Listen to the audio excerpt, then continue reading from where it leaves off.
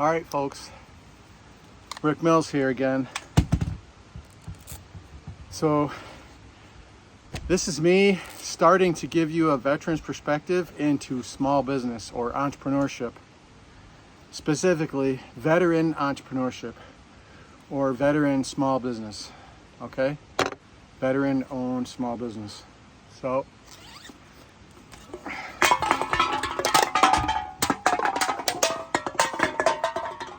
my cans for veterans small business idea. Anybody want to join me on that entrepreneurship idea? Message me or call me. All right. So you want to start a small business, you're a veteran, or you want to start either a for-profit or a not-for-profit. Probably an LLC, a limited liability company on the profit side, or an incorporated corporation. So Jaeger Veteran Adventures Incorporated on the 501c3 side, not for profit. Here's how you figure out your business idea if you're lacking one. A lot of you have your idea first. Take whatever your gift that you've been given since you were born, okay? Probably from the Lord, okay? For me, it's always been the outdoors, hunting and fishing. I was that kid that could always catch a fish when nobody else was catching a fish.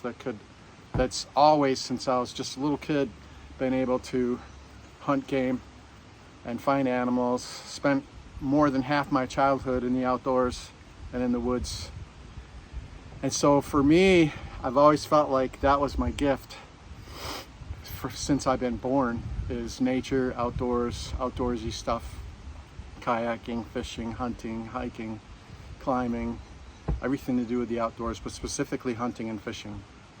Niche. Okay, and then for business on the 501c3 side, take a look at your greatest discontent. So I learned this in church through Pastor John Elmer at the Vineyard Church here in Central New York. Whatever your greatest discontent is, that's probably tied to your purpose.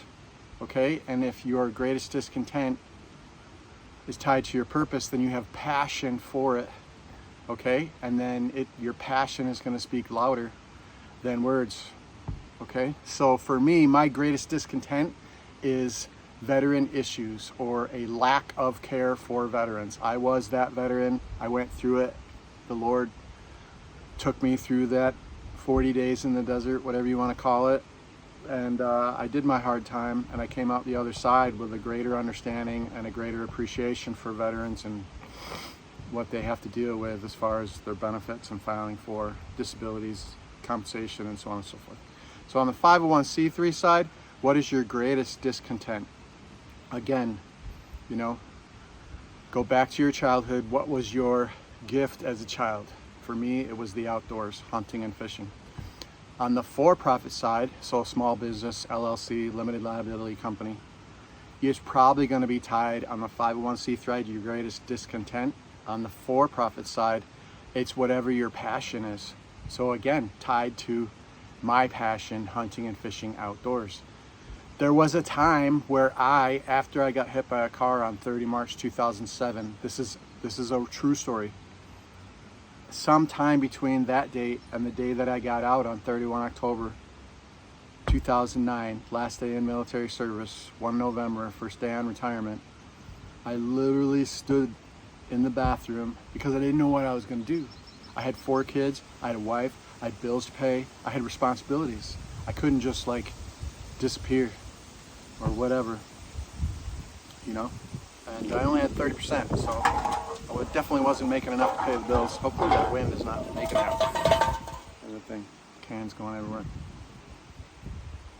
So for me, there was a time where I actually literally picture that movie scene where the guy's in the bathroom and he's got his hands on the sink and he's looking in the mirror. That actually happened for me.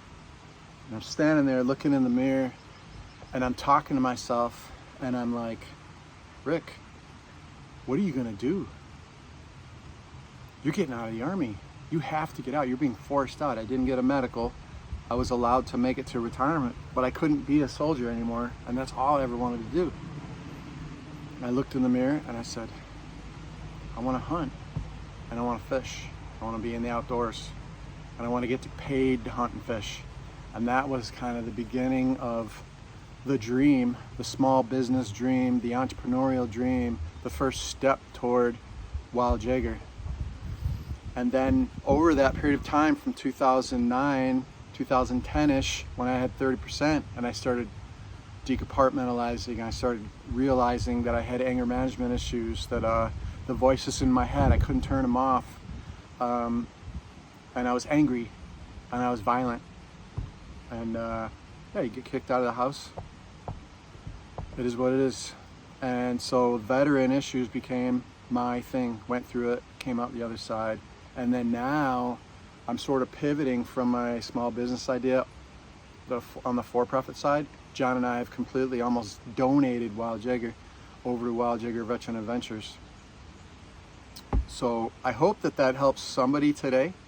Again, a little veteran's perspective into veteran entrepreneurship or veteran small business ideas. Where are you going to start? Think back to when you were a kid. What was your passion when you were a kid? What was your gift? What were you given by the Lord as a gift?